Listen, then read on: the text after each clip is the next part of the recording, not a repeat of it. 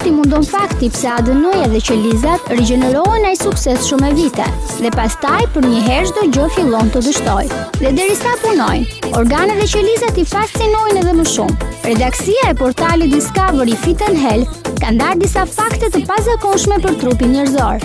A keni ditur për to? Gjurma e gjuhës. Nëse dëshironi ta fshini identitetin, mos e nxirrni gjuhën. Ngjashëm me shenjat e gishtave, secili njeri ka gjurmë unike të gjuhës.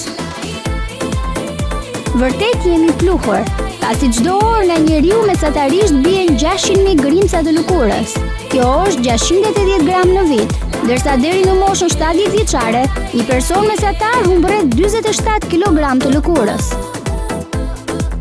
Të rriturit kanë më pak eshtra se foshnjat. Lindi me 350 eshtra, por pasi disa eshtra gjatë zhvillimit bashkohen, si persona të rritur kemi 206 eshtra.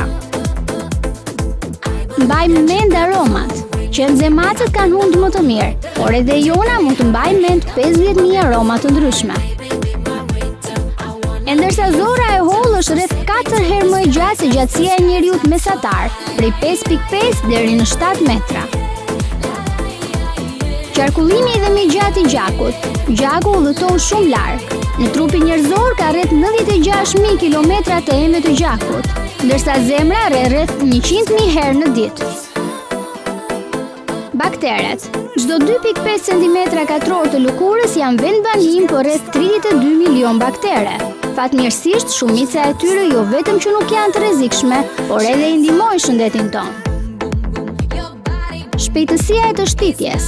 Ajrin që e nxjerrim përmes të shtitjes mund të arrijë shpejtësinë deri më shumë se 160 km/h. Edhe një arsye që të mos të shtini pa e mbuluar hundën dhe gojën. Me pështym do të kishim mundur të mbushnim pishina.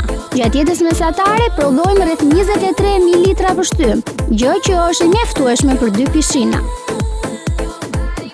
Forca e gërhitjes.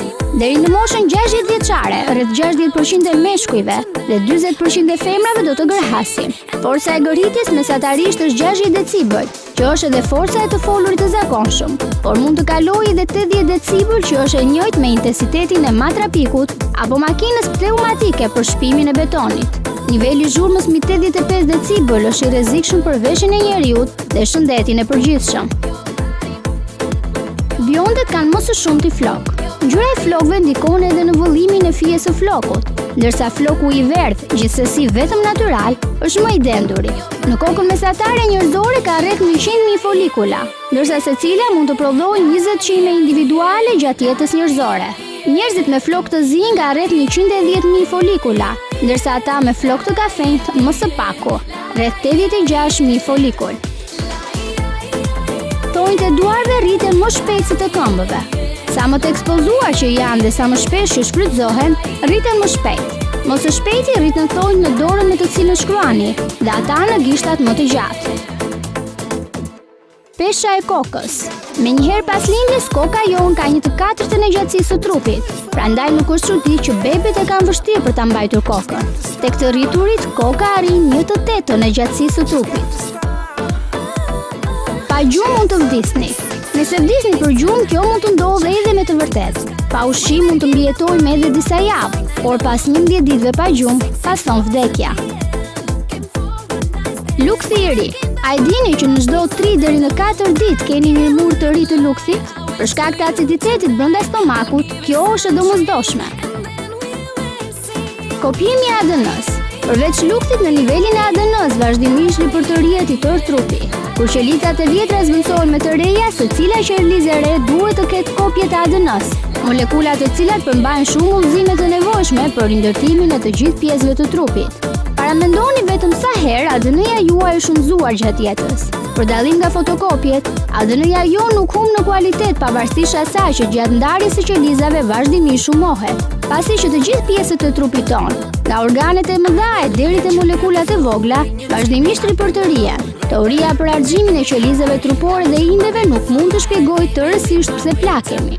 Shumë organe ripërtëriten me kalimin e viteve. Secili nga ata rigjenerohet në mënyrë të ndryshme dhe me shpejtësi të ndryshme.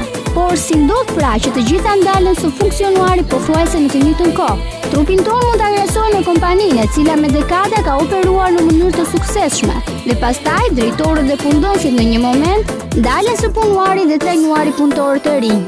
Nuk riparojnë makineritë e vjetra apo nuk blejnë të reja dhe nuk kujdesen për mirëmbajtjen e reparteve të fabrikës.